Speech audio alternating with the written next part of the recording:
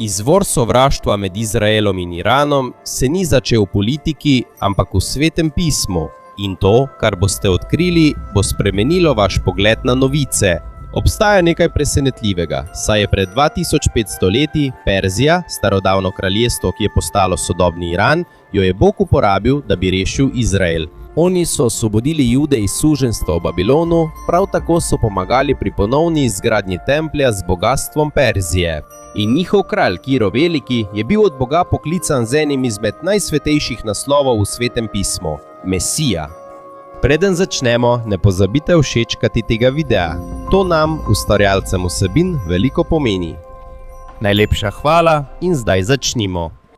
V tej genealogiji sta dve imeni, ki ju večina pogosto spregleda. Prvi je Elam, sin Sema. Njegovi potomci, imenovani Elamiti, so se preselili in naselili na rodovitnih tleh jugozahodnega dela Irana, blizu Perzijskega zaliva. Prišli so celo do točke, ko so tekmovali z mogočnimi kraljestvi, kot sta Babilon in Asirija. Drugo ime je Madaj, sin Japeta. In njegovi potomci, imenovani Medi, so se naselili v gorah na severnem delu Irana.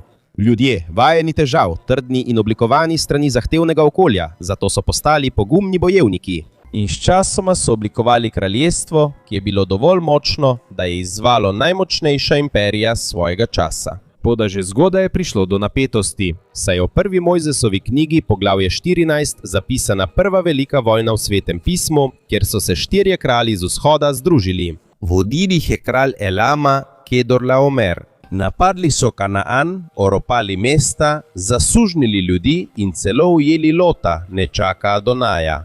Elam je prva država v Svetem pismu, ki je napadla ljudi, ki verujejo v Boga. Toda Abraham ni ostal tiho.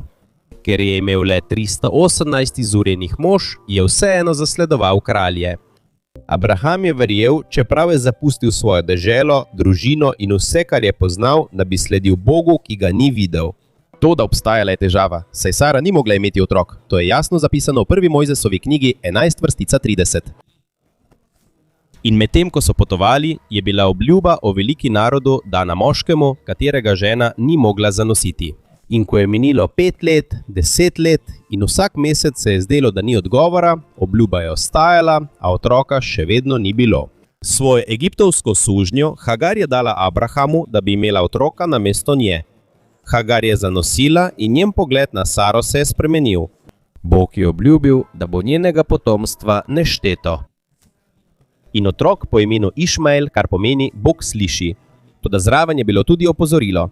Rekli so, da se bo ta otrok boril proti vsem in vsi se bodo borili proti njemu.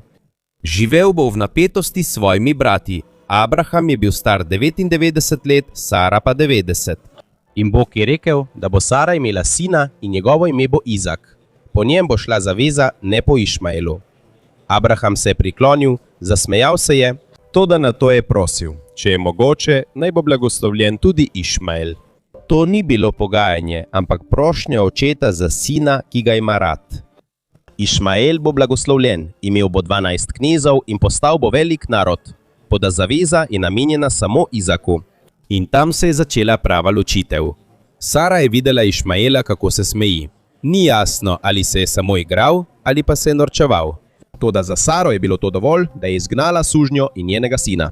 Abraham se je naslednje jutro zgodaj zbudil. Pripravil je kruh in vodo ter poslal svojega prvorojenca v puščavo.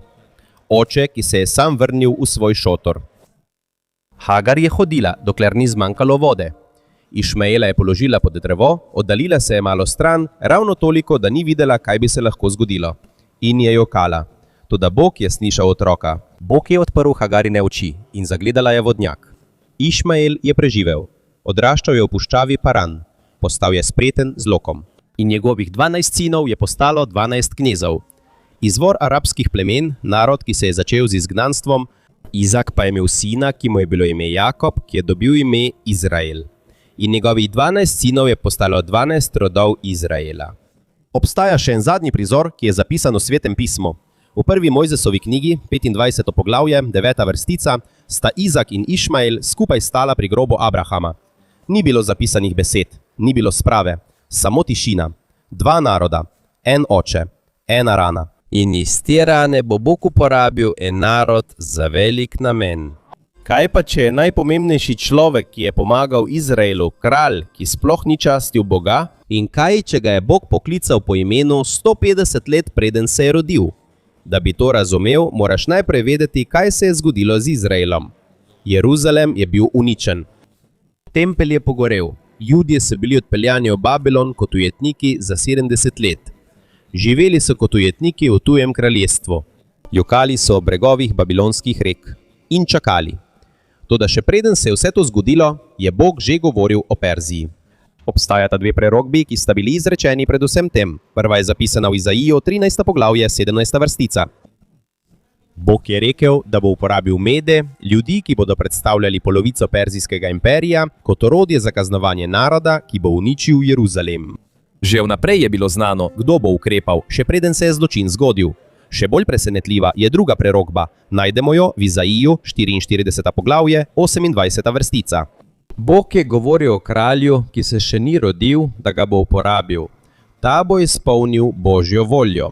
On bo rekel, da bo Jeruzalem ponovno zgrajen in tempelj obnovljen. Poimenovan je kralj, poimenovano je mesto, poimenovan je tempelj. Vse to je bilo povedano 150 let, preden se je rodil Kir Veliki.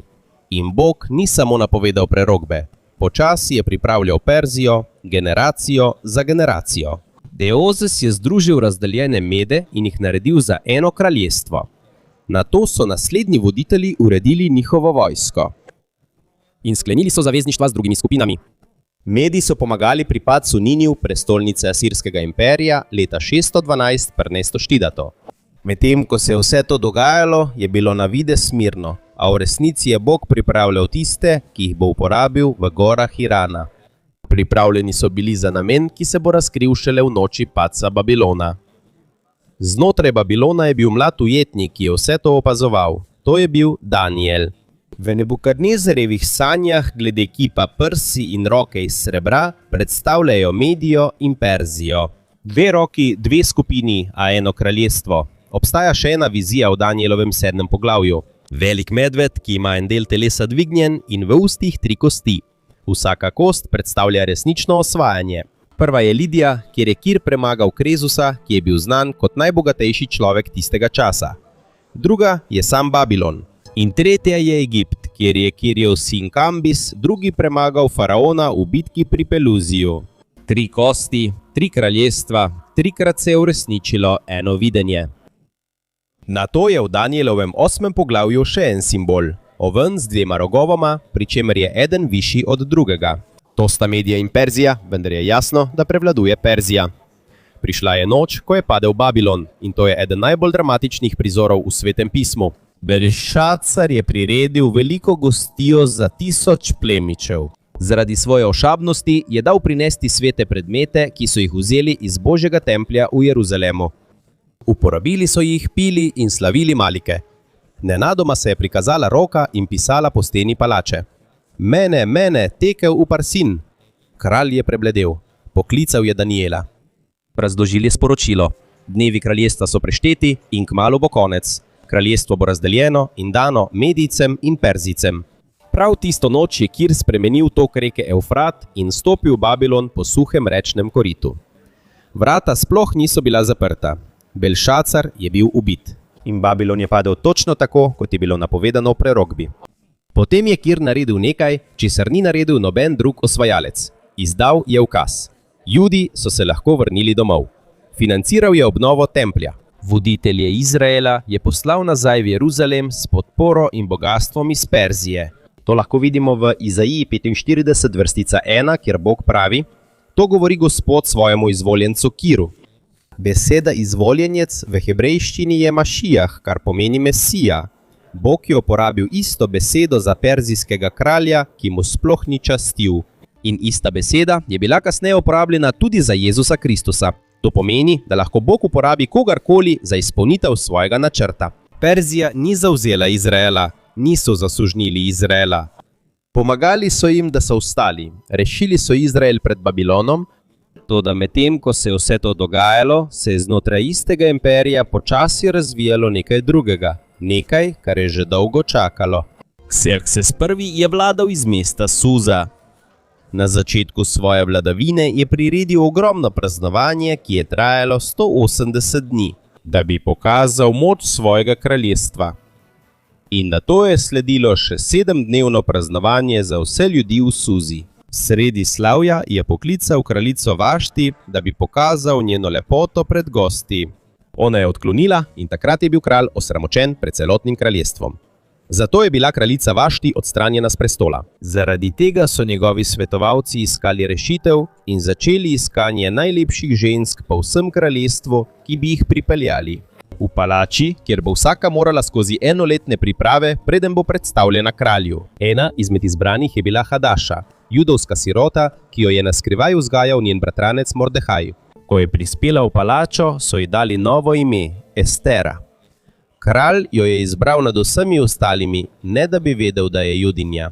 V istem času je bil v kraljestvu moški, ki se je povzpel na najvišji položaj, Haman, ki so ga vsi spoštovali in se mu klanjali, razen Mordehaja. To zavračanje je v Hamanu vzbudilo veliko jezo in zanj ni bilo dovolj, da bi kaznoval samo enega človeka. Zato je načrtoval še hujše: iztrebiti celoten judovski narod, moške, ženske in otroke po vsem Perzijskem imperiju. Prepričal je kralja, da je ukaz podpisal s kraljevim prstanom. Določili so dan in začel se je načrt iztrebljanja. Vendar je ena podrobnost pomembna. V Esteri 3. poglavje 1. vrstica. In to ni le preprosto ime, saj je Agag kralj Amalekitov, ki izvirajo od Ezava. Že v 2. Mojzesovi knjigi, poglavje 17, je Bog povedal, da bo nenehna vojna proti Amaleku. In v 1. Samuelovi knjigi, poglavje 15, je bil kralj Savel ukazan, naj jih uniči skupaj z njihovim kraljem, vendar tega ni dokončal. In kadar starega sovražnika ne uničiš do konca, se ta vrne v drugem času, z drugim imenom, a še vedno prinaša isto jezo. Ta jeza se ni začela v Perziji, ampak že veliko prej. Estera je poznala zakon. Če stopiš pred kralja, ne da bi bil poklican, te čaka smrt, razen če kralj dvigne svoje žezlo, in že 30 dni ni bila poklicana, ko se je odločila vstopiti. Oblekla je svojo kraljevsko obleko, stopila pred kralja in čakala, kralj pa je dvignil žezlo. A Estera ni takoj spregovorila. Povabila je kralja in Hamana na pojedino. Potem je na še eni pojedini pustila, da se je napetost stopnjevala in da je Haman postal še bolj ošaben. Na drugi pojedini je povedala resnico. Naš sovražnik je ta hudoben človek, Haman. Kralj je pobesnel od jeze in Haman je bil obešen prav na vislice, ki jih je postavil za Mardohaja. In dan, ki je bil določen za uničenje, je postal dan zmage, imenovan Purim, ki ga praznujejo še danes. Toda takšna jeza ne izgine kar tako, le svojo obliko spremeni. Minilo je veliko let, Rim je postal mogočen, Perzija pa je izginila iz središča zgodbe. Toda to ni bilo izven Božjega načrta. V Matejevem poglavju. 2 so prišli modrci z vzhoda, duhovniki in učenjaki iz Perzije, ki so poznali znanost, astronomijo in starodavne spise. In verjetno so preučevali spise, ki jih je pustil Daniel, ko je bil v Babilonu in Perziji. V Danielovem poglavju 9, vrstica 25, je natančno število, kdaj bo prišel Mesija. Zato modreci niso kar tako sledili zvezdi, saj so že vedeli, kaj iščejo. In ko se je zvezda pojavila, je to samo potrdilo njihovo znanje. Prečkali so oddaljene puščave in prinesli 3 darila. Zlato za kraljevski položaj, kadilo za božanskost in miro za smrt, ki prihaja. Medtem pa so učenjaki v Jeruzalemu poznali prerokbo iz Miheja, 5. poglavje 2. stih, in so vedeli, kje se bo Mesija rodil. A vendar se niso niti približali. Ljudje iz Perzije so prečkali puščavo, da bi se priklonili. Perzija je osvobodila Izrael, pomagala ponovno zgraditi tempelj in prva prepoznala Božjega sina. Zato je zdaj vprašanje, kako je Perzija postala največji sovražnik Izraela. Odgovor je v Danielu, 10. poglavje, in to je del, ki ga pogosto spregledamo. Kaj pa če se pravi boj med Izraelom in Iranom ne dogaja samo tukaj na svetu? Daniel je postil 21 dni. Srce za Jeruzalem. Ni jedel nobene okusne hrane, nobenega mesa, nobenega vina. Molil je, čakal. In na 21. dan je nekaj videl ob reki Tigris. Kar je videl, ni bilo običajno. Moški, oblečen v laneno oblačilo, telo je sijalo, obraz je bil kot blisk, oči so bile kot ogenj. Roke in noge so bile kot sijoča kovina in glas je bil kot zvok množice ljudi. Daniel je padel, njegovi spremljevalci niso videli bitja, a občutili so velik strah in pobegnili. Daniel je ostal na tleh, brez moči. Bitje ga je prijelo in spregovorilo. Reklo je, da je Bog Danielovo molitev slišal že od prvega dne, ko je iskal razumevanje in se ponižal pred Bogom. In odgovor je bil takoj poslan zaradi njegovih besed. A nekaj se je zgodilo, nekdo je preprečil pot. Princ kraljestva Perzije ga je zadrževal 21 dni. Tukaj se za trenutek ustavimo. Božji glasnik, poslano kot odgovor na Danielovo molitev že prvi dan, je bilo zadržano 3 tedne. Ne od človeka, ne od kralja, ampak od duhovnega bitja imenovanega knez Perzije. To ni človek, to ni vojak. To je padli angel, ki ima oblast nad tistim krajem in dovolj je močan, da je zadržal Božjega glasnika 21 dni. Potreboval je še pomoč nad angela Mihaela, da je lahko prišel skozi. To pomeni, da narodi nimajo samo človeških voditeljev. Po Danielovem 10. poglavju delujejo v ozadju tudi duhovne sile. To so sile, ki jih oko ne vidi in jih orožje ne doseže. Medtem ko je Kiro Veliki sprejemal odločitve na zemlji, da bi pomagal Izraelu, se je v nevidnem svetu odvijal boj, da bi to preprečili. Boj za Izrael ni le političen, je veliko globlji. To je razlog, zakaj noben dogovor ne traja dolgo. To je razlog, zakaj vsako premirje na koncu pripelje do novega spora. Ne moreš skleniti dogovora z duhovnim bitjem. 1000 let po obdobju Kira je ostalo razmerje med Perzijo in Judi urejeno. Po Kiru in Ester je bilo razmerje dolgo časa dobro. Nekateri Judi so postali učenjaki, trgovci in voditelji v imperiju. Talmud je bil celo ustvarjen na ozemlju Irana. Pod perzijsko vladavino so Judje tam živeli uspešno več generacij. To ni zgodba o sovraštvu iz preteklosti, to je bil odnos, ki je temeljil na soglasju. Toda v 7. stoletju je prišla sprememba. Arabci so osvojili Perzijsko cesarstvo. Perzija, ki je dolgo sledila zoroastrski veri, je postala islamska. In takrat se je pogled spremenil. V novi veri Išmael ni bil več odrinjeni sin, zdaj je bil on tisti, ki so ga imeli za pravega dediča. Država, ki ni bila arabska, je podedovala jezo, ki je izvirala iz arabskega sveta. In s tem se je vrnila rana še iz časov Abrahamovih. Kljub temu Izrael ni takoj postal sovražnik. Potrebnih je bilo še 13 stoletij, preden se je vse dokončno spremenilo. Od 1950 do 1970 je bil Iran pod vodstvom šaha moderen, odprt in zaveznik Izraela. Iranska nafta je tekla v Izrael. Nekateri Izraelci so delali v Iranu. Njune obveščevalne službe so sodelovale. Obstajali so celo neposredni leti med Tel Avivom in Teheranom. Teheran je bil takrat kot Pariz, moderen in odprt svetu. A vse se je spremenilo leta 1979. On je bil strmoglavljen, ajatola Homeini pa se je po 14 letih izgnanstva vrnil. V nekaj mesecih se je vse spremenilo. Izraelsko veleposlaništvo je bilo zasedeno in predano Organizaciji za osvoboditev Palestine. Odstranjena je bila Davidova zvezda. Homeini je razglasil, da uničenje Izraela ni le odločitev vlade, temveč verska dolžnost. Dolžnost vsakega muslimana na svetu.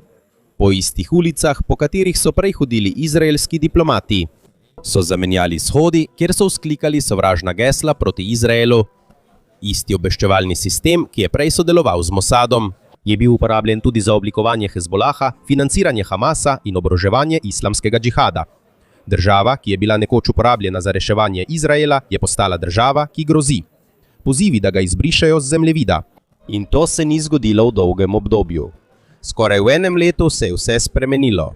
Torej je zdaj vprašanje, ali je to zgolj politika, je to samo revolucija, ali pa obstaja še globlji razlog. Je mogoče, da nekdo deluje iz ozadja, ne da bi ga videli, kot da se vrača tako imenovani princ Perzije.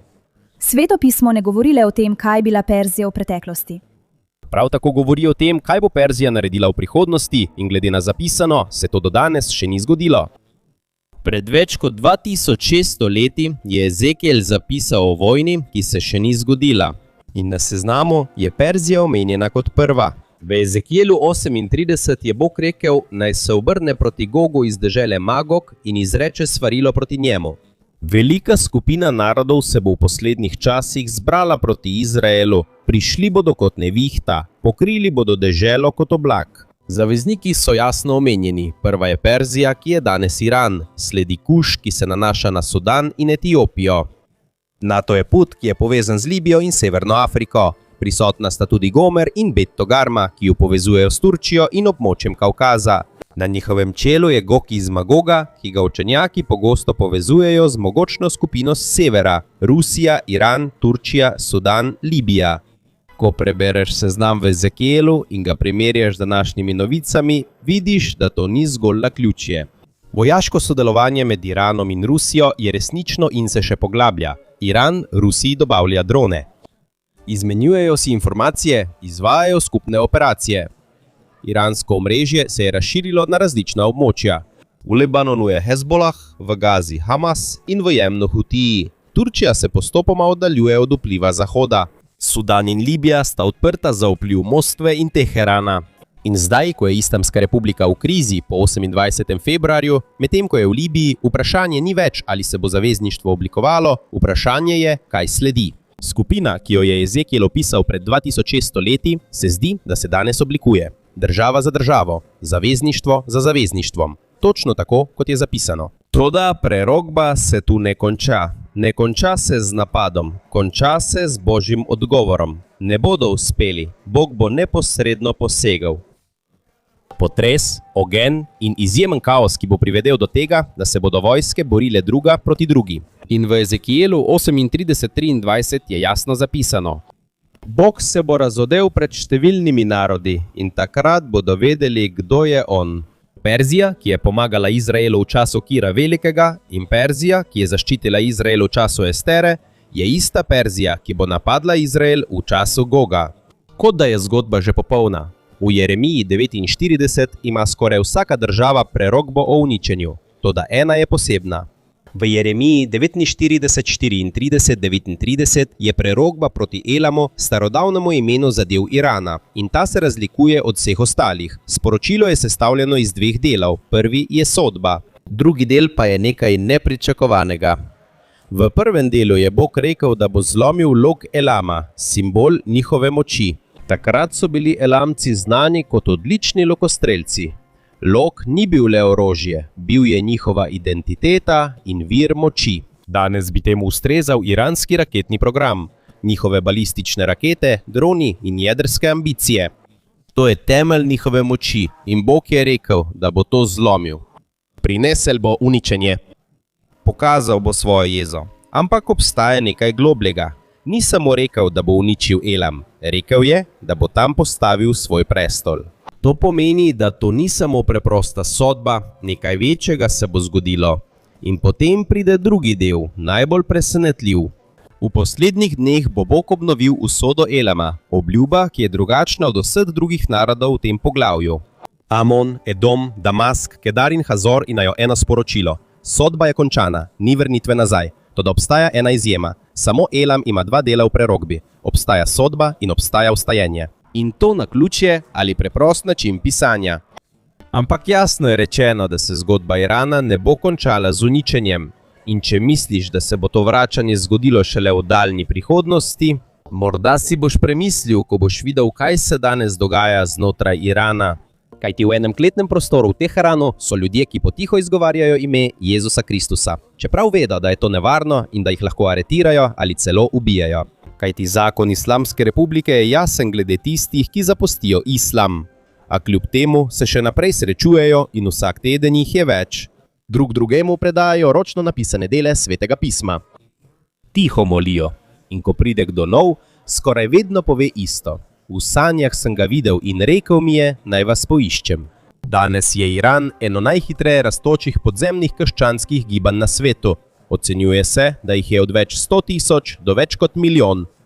Berujeho la skrivaj, kljub stalnemu pritisku strani vlade, nekateri pastori so bili zaprti, nekateri pa ubiti. Namesto da bi gibanje oslabelo, postaja še močnejše. Vsak nov val zatiranja prinese še več vernikov. Vsaka aretacija rodi še več prič.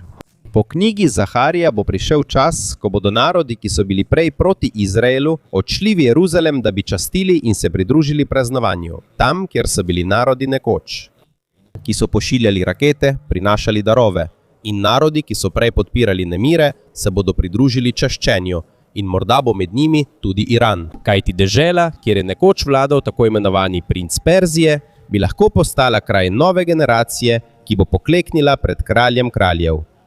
To ni zgolj upanje, ampak to je tisto, kar pravi Sveto pismo in ne gre le za prihodnost, kajti to se dogaja že zdaj, ko Bog postavlja svoj prestol v Elamu. In Iranci so to našli v tihih molitvah, v ročno napisanih svetih spisih in v sanjah, ki presegajo vse meje in zakone. Zato se to, kar je Bog povedal po Jeremiji, postopoma uresničuje. In v državi, ki se je svet boji, Bog dela nekaj, česar nobena vlada ne more ustaviti, saj vrnitev Elama ni nekaj, kar šele prihaja, ampak se je že začela.